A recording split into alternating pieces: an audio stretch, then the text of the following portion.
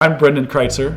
This is my wife, Claire Kreutzer, and I went to Africa with Doug and Possibilities Africa in 2020.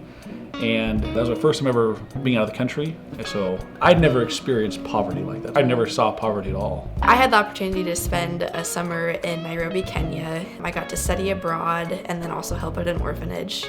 Before I met him, after he had been on a mission trip with Possibilities Africa, I already had a connection to Kenya specifically.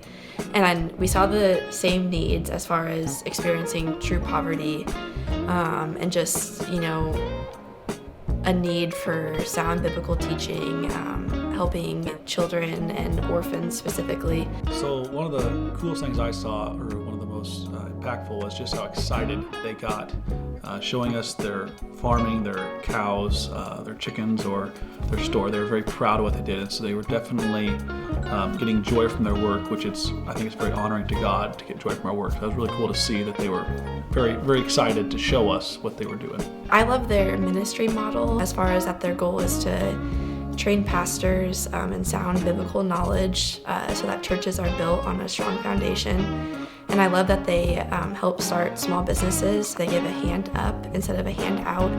And then just also that they love to encourage and promote the next generation, if that's education or just helping the youth. And one thing I'd add to that is it's led by Africans. Like Martin leads it, and so he knows the Africans' biggest needs. Possibilities Africa is unique to me in that you get to have personal relationships with the staff and see the fruit that comes out of it.